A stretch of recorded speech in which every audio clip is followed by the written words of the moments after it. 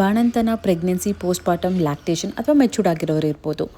ಎಲ್ರಿಗೂ ಒಂದು ಕಾಮನ್ ಇಂಗ್ರೀಡಿಯೆಂಟ್ನ ಸ್ವಲ್ಪ ಜಾಸ್ತಿ ತಿನ್ನೋಕ್ಕೆ ಹೇಳ್ತಾರೆ, ಅದೇ ಬೆಳ್ಳುಳ್ಳಿ. ಹಾಯ್ ಕಣ್ರು, ಬನ್ನಿ ಇವತ್ತು ಬೆಳ್ಳುಳ್ಳಿ ಚಟ್ನಿ ಅಥವಾ ಬೆಳ್ಳುಳ್ಳಿ ಗೊಜ್ಜು ತುಂಬಾ ಸಿಂಪಲ್ಲಾಗಿ ಈಸಿಯಾಗಿ ಹೇಗೆ ಮಾಡ್ಕೊಳ್ಳೋದು ಅಂತ ತೋರಿಸ್ತೀನಿ.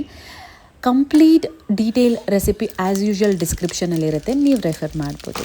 ಸೊ ನಿಮ್ಗೆ ಗೊತ್ತಿರೋಂಗೆ ನನಗೆ ಡೆಲಿವರಿ ಆಗಿ 2 ಮಂತ್ಸ್ ಆಗಿದೆ.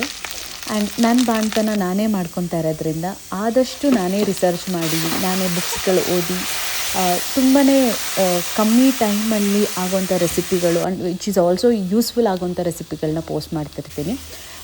ತುಂಬ ಜನಕ್ಕೆ ಆಸ್ಥೆಟಿಕ್ ವೀಡಿಯೋಸ್ ಈಗ ಖಂಡಿತ ಪಾಸಿಬಲ್ ಇಲ್ಲ, because it's a one man show ಅನ್ನೋ ಥರ ಮಗುನ ನೋಡಿಕೊಂಡು ಎಲ್ಲನೂ ಮಾಡಿ ವೀಡಿಯೋಸು ಮಾಡಿ ಬ್ರ್ಯಾಂಡ್ಸ್ಗಳ ಜೊತೆ ವರ್ಕ್ ಮಾಡೋದಿದೆಯಲ್ಲ, it is little more tough on the thing. But ಕನ್ಸಿಸ್ಟೆಂಟಾಗಿ ವೀಡಿಯೋ ಅಂತೂ ಪೋಸ್ಟ್ ಮಾಡ್ತೀನಿ. ಎಲ್ಲದಕ್ಕಿಂತ ಹೆಚ್ಚಾಗಿ ಈ ಟೈಮಲ್ಲಿ ನಿಮ್ಮ ಸಪೋರ್ಟ್ ನನಗೆ ಬೇಕಾಗಿದೆ.